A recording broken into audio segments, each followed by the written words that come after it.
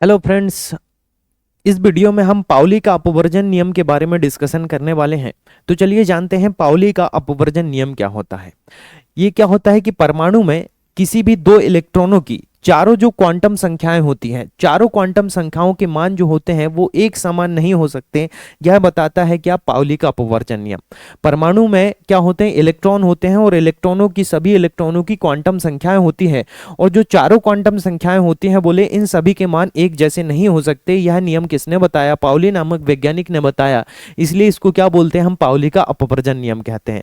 इसे इस प्रकार भी कहा जा सकता है कि एक ही कक्षा में केवल दो इलेक्ट्रॉन उपस्थित हो सकते हैं और इन दोनों इलेक्ट्रॉनों का जो चक्रण होता है वो विपरीत होना चाहिए। इन दोनों एक कक्षा में कितने इलेक्ट्रॉन हो सकते हैं? बोले दो इलेक्ट्रॉन हो सकते हैं, केवल दो इलेक्ट्रॉन। और इन दोनों इलेक्ट्रॉनों का जो चक्रण होता है वो कैसा होता है? विपरीत होना चाहिए। बोले जैसे हमारे पास चित्र में यहाँ पर देख रहा है, दिखाई दे रहा है, हमारे पास एक इलेक्ट्रॉन का चक्रण ऊपर है, एक इलेक्ट्रॉन का चक्रण नीचे होता है ना। अगर हम डायरेक्ट अगर इस प्रकार से बोले कि दोनों इलेक्ट्रॉन का चक्रण इस प्रकार से होगा तो ये क्या होगा? गलत होगा।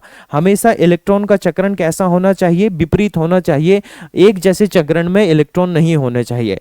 मुख्य क्वांटम संख्या n वाले कोश में इलेक्ट्रॉन की अधिकतम संख्या कितनी होती है? एक कक्षा में अधिकतम कितने इलेक्ट्रॉन होते हैं? 2n² इलेक्ट्रॉन होते हैं। 2n², इतने इलेक्ट्रॉन बोले एक कक्षा में अधिकतम भरे जा सकते हैं। इसका मतलब क्या होता है? n का मतलब यहाँ तो होता है एक पहली कक्षा, दूसरी कक्षा या तीसरी कक्षा।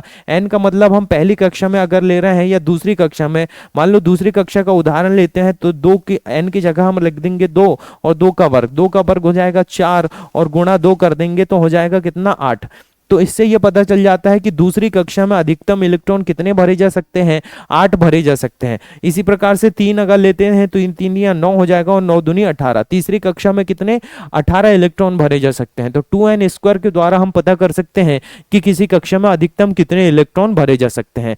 तो पाउली ने यह बताया कि दो इलेक्ट्रॉन जो होते हैं उनकी चारों क्वांटम संख्याओं के मान कभी भी एक समान नहीं हो सकते हैं और इनमें जो चक्रण होता है इलेक्ट्रॉन में, एक कक्षा में अधिकतम 2 ही इलेक्ट्रॉन होते हैं और दोनों इलेक्ट्रॉन के जो चक्रण होते हैं वो कैसे होते हैं? अपोजिट होते हैं या विपरीत होते हैं। इस प्रकार से बोले क्या भरे जाते हैं? इलेक्ट्रॉन भरे जा सकते हैं, सीधे चक्रण में नहीं भरे जा सकते।